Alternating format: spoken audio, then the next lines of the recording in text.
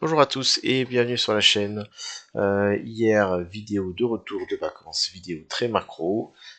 Pour faire simple, ce qu'on a dit, c'était que nous étions dans un marché, après avoir eu un marché haussier, nous sommes actuellement dans un marché baissier.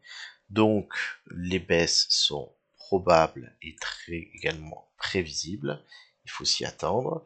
Et nous sommes actuellement donc du coup en plein milieu de cette baisse. Voilà. Petites informations, je pense déjà que vous vous intéressez par rapport à cela. Ma façon très simple et très visuelle de pouvoir se représenter un petit peu cela, c'est que lorsqu'on est dans un marché haussier, les ranges se suivent sans se recouper. Ça, c'est un signe de force. J'avais un range, je casse et je ne revisite pas le range précédent. Ici, j'ai une phase de transition. Ensuite, j'ai à nouveau un range qui se pose, et regardez, on vient faire un range au-dessus, on vient retester encore une fois la sortie du range, mais on tient. Pour la première fois ici, nous avons eu, pendant le top, nous avions eu des signes de faiblesse, puisque on avait fait une sortie de range qui avait été faible par rapport à toutes les sorties précédentes. Ça, c'est peu d'amplitude en termes de pourcentage par rapport à ce qu'on a vu avant. Hein. Vous pensez que ça reste plus fort que ça, c'est pas le cas. Ici, notre range, quand on est sorti, on a fait un 33%. Ici, quand on est sorti, on a fait seulement un 12%. Vous voyez. Voilà, donc faible amplitude de sortie, et puis en plus, on commence à revisiter le range précédent. Ça, c'est un signe de ralentissement qui a débouché ensuite tout simplement sur de la faiblesse, puisqu'on est venu casser par le bas.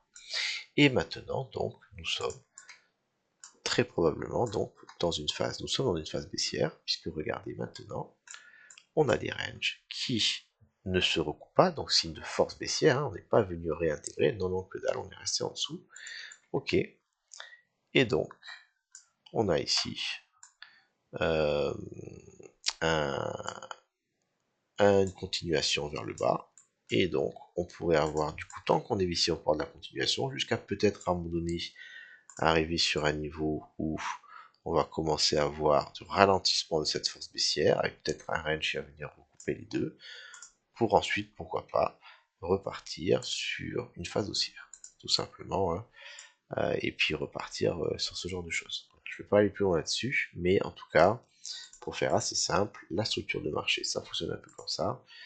Ça, c'est du haussier avec force, ça, c'est du haussier faible, et maintenant, pour l'instant, on est sur du baissier avec force. Voilà ce qu'il faut retenir. Mon plan par rapport à ça macro est le suivant.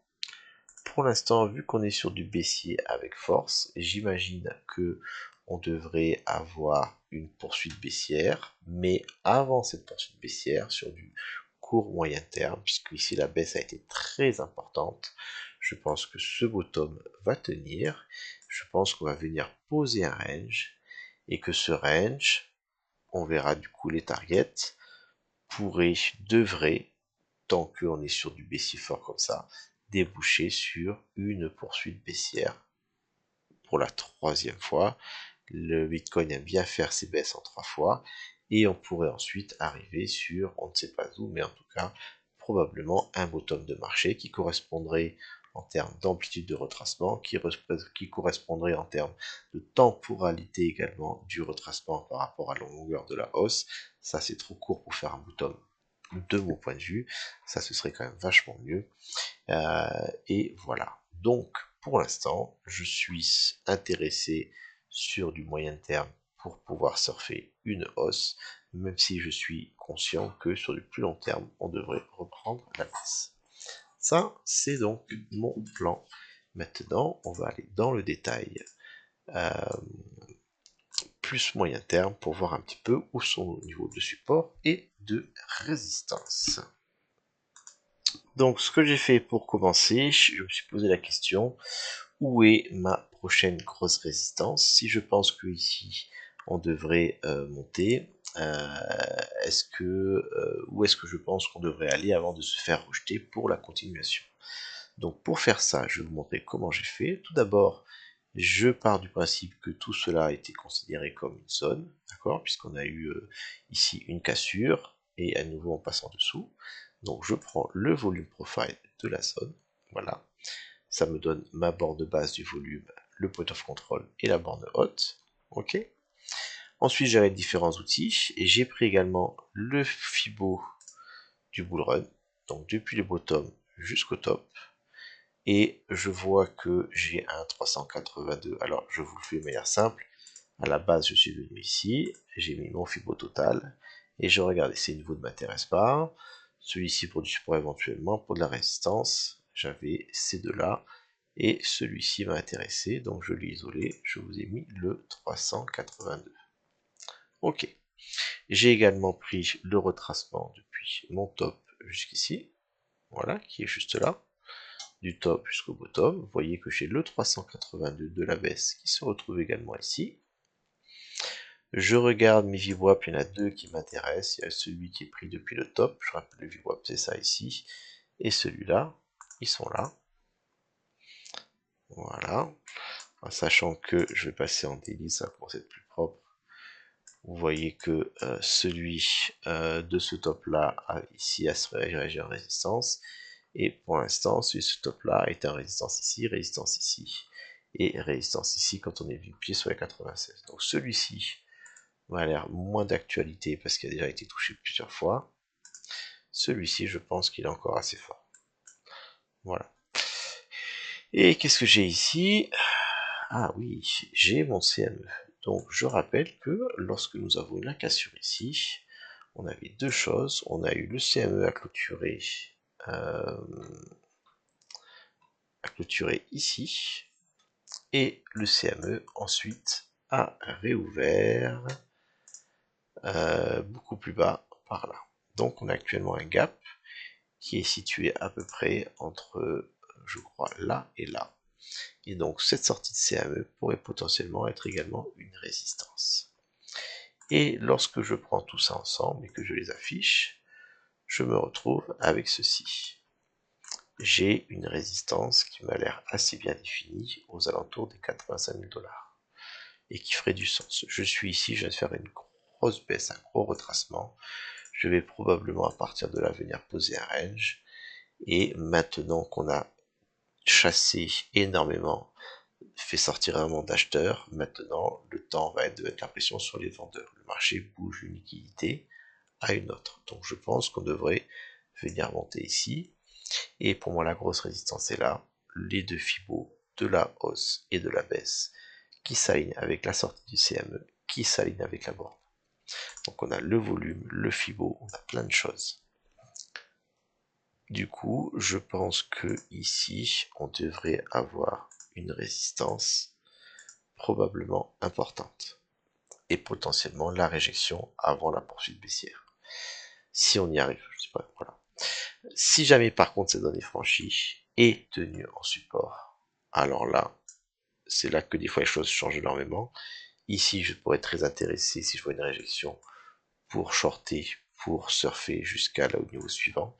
Par contre, si on tient ces zones en support, on aura fait un signe de force puisque on aura réintégré un range, on aura posé un range, on aura fait une sortie de range, retest en support de la zone de sortie, réintégration du range précédent, on aura franchi ces niveaux de résistance et donc on aura montré que on a envie de poursuivre derrière avec comme cible 96 000 et 113 000 dans un premier temps. Donc là par contre ce sera l'inverse, je me serais trompé, la baisse ne devrait pas se poursuivre, on a probablement posé un bottom ici et on pourrait repartir à la hausse. Voici mon plan pour ce qui est moyen terme, hein, je pense qu'il y en a pour plusieurs semaines. La grosse résistance pour moi actuellement, elle est ici, sur le niveau des 84, 80, 86 000 $. Voilà. Ça, c'est pour ma résistance. En tout cas, ce niveau me plaît parce que il a l'air relativement bien identifié. Quand j'ai une confluence comme ça d'indicateur, ça me plaît. Et en plus, vous avez le VWAP qui est ici, mais il est possible qu'au fur et à mesure que mon prix monte doucement, il continue à descendre. Et on pourrait avoir en plus le VWAP qui vient en confluence ici. Est-ce que je suis intéressé pour acheter ici, pour aller jusque là? Ben écoutez, c'est pas forcément mauvais, puisque là où je suis actuellement, si je vise ce niveau, vous voyez que j'ai un risque ratio de 2. Donc pour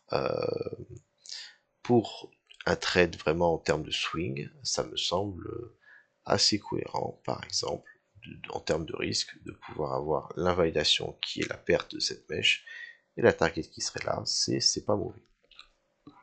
Maintenant, moi, j'aime bien aller un petit peu plus dans le détail, c'est ce qu'on va voir maintenant. On va regarder notre court terme pour les supports, puisque ma cible maintenant est identifiée. Je pense qu'on a quand même une chance de venir jusque là. Donc on enlève ça et on va regarder le court terme que je vais activer ici. Ok, ça commence à être un peu plus technique. Donc je me suis mis en 1 heure et qu'est-ce que j'ai là? C'est parti. Je commence, j'ai un bottom, je pose le VWAP. Vous voyez, j'ai une alarme dessus sur la touche. Il est là. Je continue. Qu'est-ce que j'ai ici? J'ai des liquidités qui apparaissent puisque j'ai un bottom qui est là actuellement.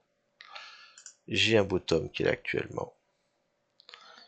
J'ai un bottom qui est là, le bottom actuel, ok, et vers le haut, éventuellement, je peux rajouter que j'ai mon top.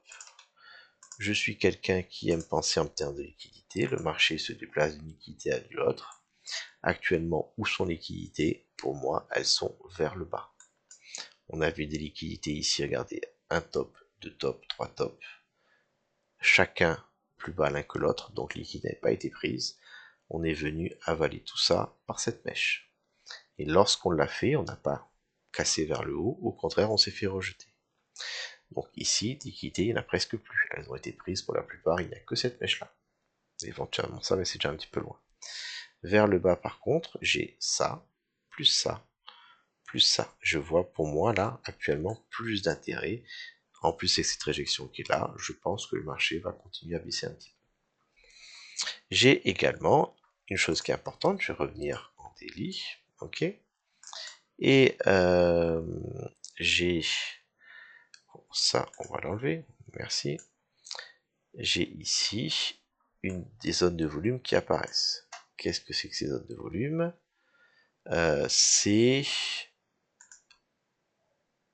le range qui était là. Souvent, quand un range a existé, aussi incroyable que ça puisse paraître, même 1 an plus tard, les niveaux du range fonctionnent et sont revisités ensuite. Qu'est-ce que j'ai? J'ai une borne haute qui est actuellement là. J'ai un point of control qui est ici. Et j'ai une borne basse qui est là. Je les ai tracés, je les ai. Je peux donc maintenant effacer mon volume profile. Je reviens en 1 heure. Et vous allez voir que, regardez, dans l'ancien range, la borne basse qui du coup a été le bottom avec 60 000 psychologiques de notre mouvement. Incroyable, regardez la précision. Le point of control qui n'a pas existé à l'aller mais qui semble exister un petit peu au retour puisqu'il a tenu en support ici. Et la borne haute, pas exactement bien respectée, mais vous voyez quand même que ça a bloqué à peu près sur ce niveau. Donc j'aime bien ça, ça a l'air de fonctionner, je garde. Je mets mon Fibo, ok, du bottom jusqu'au top. Je commence à voir que j'ai mon 382 qui s'aligne avec le pot of control qui est proche de mes liquidités et qui est proche de mon VWAP. Je commence à avoir des choses vraiment qui commencent à m'intéresser. Qu'est-ce que c'est ici? Ce sera pour plus tard, voilà. Donc là, en termes de support, pour l'instant, en dessous de moi, voilà ce qui m'intéresse. Raté, ça va être ici. Ok. Ce niveau-là. Premier trade, court terme, peut-être à l'échelle d'une journée. On vient avaler liquidité, on vient toucher le put of control ancien plus 382 et on pourrait venir dedans, excusez-moi. Typiquement, ce serait un tête de déviation, réintégration. On vient réintégrer et on pourrait venir ici, soit casser vers le haut, soit faire une nouvelle rotation vers le haut du range. Ça, c'est un trade qui me plaît. Invalidation ici, si on réintègre, relativement faible, et la target est intéressante. Ok, il est possible, ce serait très dur si on vient faire que la touche du WAP ici et qu'on rebondit dessus. C'est plus compliqué à prendre, mais voilà. Dans le court terme, c'est ça le problème, c'est que il faut être assez précis dans ses entrées. Ça, c'est un premier niveau. Sinon, j'ai un deuxième niveau éventuellement. Je reste dans l'idée que je pense que ce bottom va tenir parce qu'il était vraiment très très important. Et donc, si j'ai mis ce niveau ne tient pas, hein, il est possible que ce niveau ne tienne pas, soit comme ça, soit éventuellement on pourrait faire ça, se faire rejeter encore une fois et venir chercher plus bas. À ce moment-là, à partir du 618 et jusqu'au bottom, je pense qu'on a une belle opportunité d'achat pour un beau swing. Ok. Et si vous regardez par le passé, à chaque fois qu'on a eu des moins 30%, le bottom posé après à moins 30, moins 35% est très rarement perdu. Souvent, très souvent, il tient. Donc je pense qu'ici, on va tenir pour l'instant. Et pour combiner le casser, il va falloir créer ce genre de choses, des liquidités, pour qu'ensuite, dans plusieurs semaines, on puisse venir casser par le bas et avaler tout ça. Voilà, ça c'est l'idée. Pour l'instant, je pense qu'après une baisse aussi forte, on va venir avoir de la hausse. Donc je cherche mes supports pour pouvoir avoir l'entrée la meilleure possible. Petite confluence supplémentaire, regardez. Nous avons ici le range actuel. Un petit range qui est là. Ce range me donne une extension si on casse vers le haut et une extension si on casse vers le bas. Et si on casse vers le bas ce range, si jamais ce niveau ne tient pas, on pourrait venir justement dans cette zone du CC là, du 0,70, 0,66, donc intéressant. Et si on casse vers le haut, on peut venir vers la résistance suivante, qui va être cette zone de volume là, avec ici l'entrée du CME. Quand on a un gap CME qui est aussi important que celui qui est posé, je rappelle que la sortie elle est vers les 84 000 par là. Voilà. Lorsqu'on a un gap aussi important, très souvent le prix vient, il se fait rejeter à la première tentative. Voilà. Et ensuite, s'il intègre, il a tendance à venir traverser. Et on peut ensuite se faire rejeter à la sortie. C'est mon plan des 85 000 $ résistance. Donc, en termes de résistance sur le niveau actuel, qu'est-ce qu'on pourrait penser avoir? J'ai une première résistance, bien sûr ici, un point pas franchi. On pourrait se faire rejeter une première fois ici. Donc zone de take profit. Et deuxième résistance, on l'a vu, notre grosse résistance macro des 85. Donc à partir de là, je peux effacer l'analyse et je peux garder uniquement la partie qui m'intéresse, qui est pour les semaines à venir, mes niveaux de support et mes niveaux de résistance. Et à partir de là, une fois que le boulot est bien fait, il ne reste plus qu'à avoir de la patience et de regarder ce qui se passe dans nos zones, si on a du rebond ou au contraire si on a une perte du niveau. Et à ce moment-là, on attend le niveau suivant. Et quand on aura la résistance, est-ce qu'on se fait rejeter ou est-ce que, au contraire, on a une acceptation qui nous emmènera au niveau suivant? Voici donc le moment de notre conclusion, que je vais essayer de faire la plus simple, synthétique et compréhensible possible. Ok. Après une baisse très importante, je pense que le temps est maintenant au range de consolidation. Et ce range devrait, vu l'amplitude de la baisse, pour moi, devrait probablement être plutôt légèrement haussier. Ok. Maintenant, ne sachant pas ce qui va se passer, j'ai préparé mes niveaux de support et de résistance qui sont là. Pourquoi ces niveaux? En termes de résistance, la grosse résistance que je vois, c'est une résistance entre la sortie du CME et tout ce qui va être l'alignement zone basse, Fibo, etc. que j'ai présenté précédemment. Pour moi, c'est une grosse résistance. Potentiellement, ça pourrait être la réjection avant la continuation baissière dans les mois qui viennent. Nous avons également une résistance ici sur les 77 000, qui est plus une résistance court terme, qui correspond à l'extension du range actuel. S'il casse vers le haut, on pourrait venir se faire rejeter sur cette zone-là, où j'ai ici l'entrée du CME, une daily, le double top là. Voilà, donc on a probablement une résistance ici, et inversement, en termes de support pour du court terme, qu'est-ce que j'imagine? Je pense qu'il est probable que l'on vienne ici prendre les liquidités de ce double bottom into pot of control précédent. Donc venir probablement faire une déviation, prise de liquidité, réintégration des 67 000. Donc là, ce serait pour moi une entrée qui permettrait d'aller plus haut. Si ce niveau ne tient pas, le niveau suivant, ce serait ici l'extension du range into le 0,66 qui tomberait par là, et j'ai la daily ici en 62 800 également, dernier support. Si on passe en dessous de la daily, rapidement, ce serait vraiment bear, c'est vraiment surprenant. Je pars quand même du principe que mon stop loss, c'est le bottom qui est là. Voilà, parce que si on commence à perdre ce bottom et qu'on fait un point plus bas, on ouvre la porte à une continuation baissière que je ne veux surtout pas tenir pour mon stop loss. Donc, je n'ai plus qu'à masquer tout ça, et j'ai mes niveaux qui sont préparés. Support court terme, support éventuellement un peu plus profond, un peu plus fort. Résistance numéro 1, take profit. Résistance numéro 2, take profit. Et ici, éventuellement, bonne zone pour ouvrir un short, pour pouvoir dans plusieurs semaines essayer de choper la réjection qui pourrait nous amener plus bas pour la dernière jambe baissière. J'espère que cette vidéo vous aura plu. Et je vous dis du coup à plus tard pour éventuellement des mises à jour du plan ou des précisions de setup court terme qui pourraient avoir lieu. Bonne journée à tous.